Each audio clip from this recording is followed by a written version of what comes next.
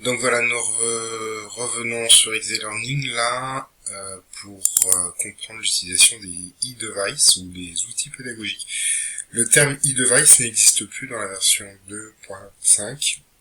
On parle vraiment d'outils pédagogiques. Si vous utilisez la version 1.4, vous trouverez le terme e-device pour tout ce qui est activité pédagogique. Alors on entend par activité pédagogique un simple texte à lire, un rappel d'objectifs, une vidéo interactive, des questions, une mise en situation, etc. etc. Alors donc je rouvre XLearning. Donc j'ai fait l'étape préalable qui était de définir les propriétés de mon projet, de définir son plan. Voilà, et peut-être petite étape non négligeable qui est de dire ce fichier là je vais l'enregistrer quand même pour pouvoir le remodifier si j'ai besoin. Donc je vais enregistrer ce fichier qui est un fichier certes mais que l'on va appeler un projet. Donc il est enregistré avec une extension bien spécifique de XLearning qui est le point .elp. Donc je vais lui donner le nom comme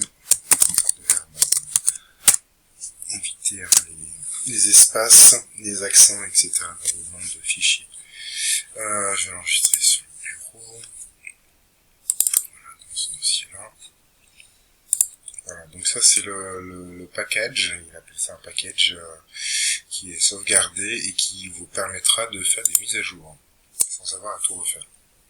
Voilà. Donc voilà, je suis arrivé, j'ai fait ma première page qui est une page d'accueil où j'ai précisé des objectifs et j'ai mis une petite image d'illustration en utilisant les e-devices.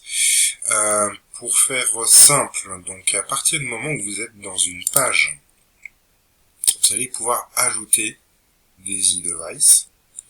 Donc ce que je vais faire là, par exemple définition, je vais déjà mettre un petit texte pour dire ce que j'attends un peu comme objectif pour les personnes qui vont lire cette page là. Donc j'ajoute simplement en cliquant sur le device, sur l'e-device qui correspond à ce que je veux faire. Sachant que activité, vous aurez un pictogramme bien spécifique, activité remplir les blancs, un autre pictogramme bien spécifique, il y a une charte graphique qui va se mettre en place avec ça. Donc les e-devices en 1.4, donc vous avez de quoi mettre du texte, de quoi faire une activité remplir les blancs, choix multiples, exercices vrai-faux, de la sélection multiple. Vous pouvez organiser un quiz score, c'est-à-dire avec un niveau de résultat à atteindre, définir des prérequis, des objectifs et ajouter une galerie d'images qui peut servir dans une activité d'observation ou de choix. Voilà. Vous pouvez les combiner, ces e-devices. Donc là, j'ai ajouté un e-device activité pour annoncer un petit peu les objectifs de cette page-là. Alors, je me suis trompé, il aurait fallu que je prenne un e-device objectif. Donc vous avez vu en cliquant simplement une fois sur l'e-device, il apparaît donc dans le rendu de la page, avec un titre, du contenu et un éditeur assez fourni qui nous permet d'accéder au code HTML. Si vous avez des codes HTML à imbriquer dans une page, comme des vidéos YouTube, un tableau Padlet, une ressource Learning Apps, une vidéo YouTube, etc. Vous avez de quoi mettre des médias, images, vidéos, et même de la formule mathématique en latex. C'est le format des formules mathématiques. Voilà. Et en dessous, j'ai le quoi valider ce que je viens de faire, chose qu'il faut que je fasse absolument avant de passer à un autre e-device. Sinon, cette activité-là va rester ouverte. Je peux annuler ce que je viens de faire, supprimer l'ensemble de l'activité que je viens de créer ici, et la déplacer vers un autre élément de mon menu. Ça, c'est assez confortable aussi, pour pouvoir modeler son cours, si on s'aperçoit qu'une activité n'a pas sa place dans une page.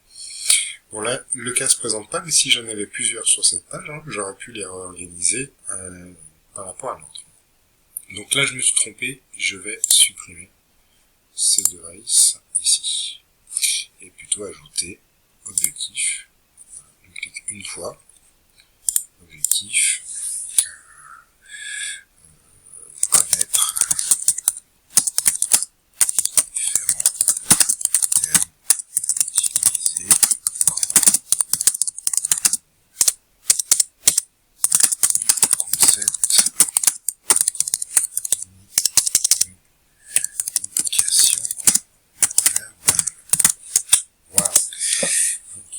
pourrais ajouter autre chose, hein. Je pourrais ajouter de l'image, de la vidéo, je pourrais ajouter avec le code HTML une activité vidéo interactive avec H5P, voilà. J'ai beaucoup de choix dans l'éditeur, peut-être même un peu trop, parce que ça peut me donner envie aussi de mettre en forme de manière particulière un élément, puis pas l'autre, donc de perdre un peu l'unité de ma charte graphique.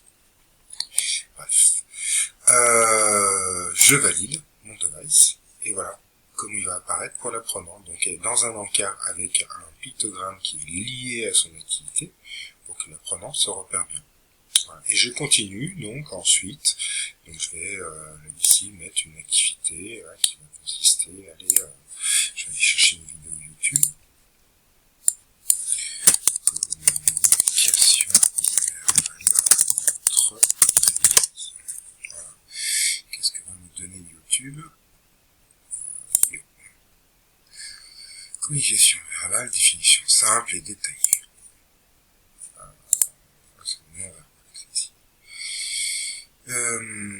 Communication verbale.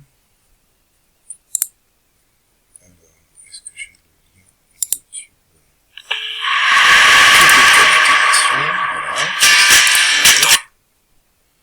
Voilà, j'arrête la vidéo, je reviens avec ces warnings. Et là, admettons, voilà, je donne la consigne, visionner cette vidéo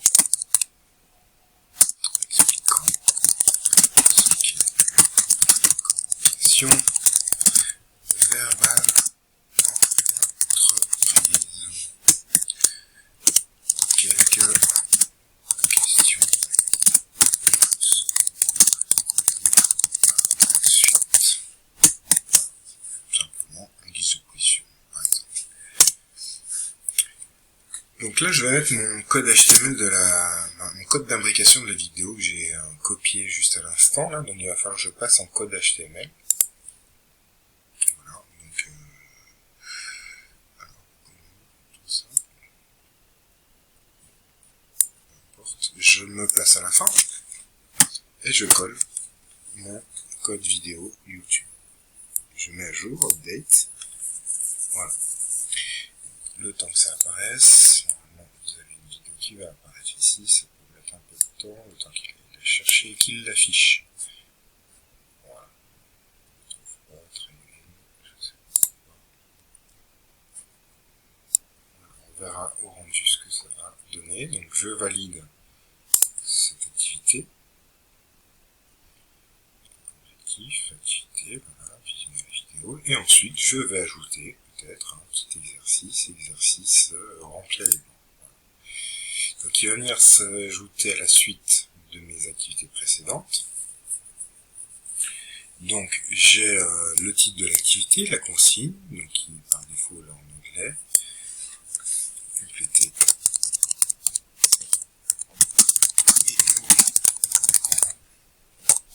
On va faire simple. Hein.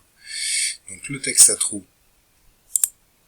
ici c'est communication verbale.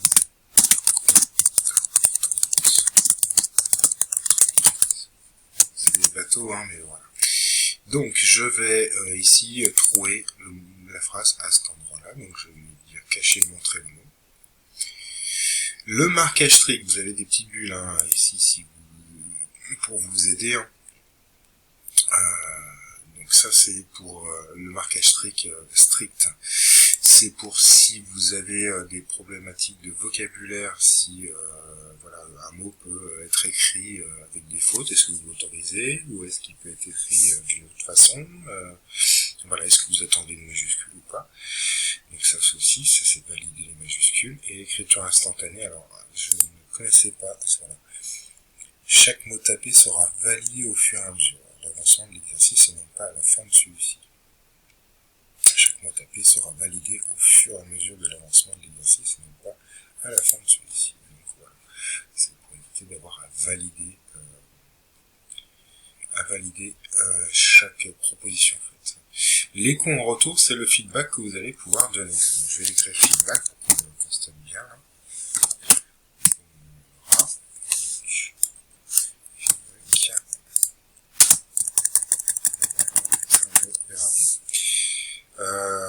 Voilà, alors mon texte, hein, je peux l'agrémenter de vidéos, etc. Hein, je suis pas obligé de rester dans du texte hein, pur.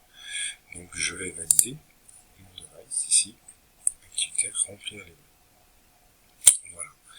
Et ainsi de suite. Voilà, à vous d'organiser votre, en fonction de votre plan et en fonction de votre maquette, votre activité. Donc je pense bien à enregistrer. Voilà. Donc je vous donne rendez-vous de nouveau sur l'activité suivante sur la plateforme pour vous demander un petit exercice avec Exelearning. À tout de suite.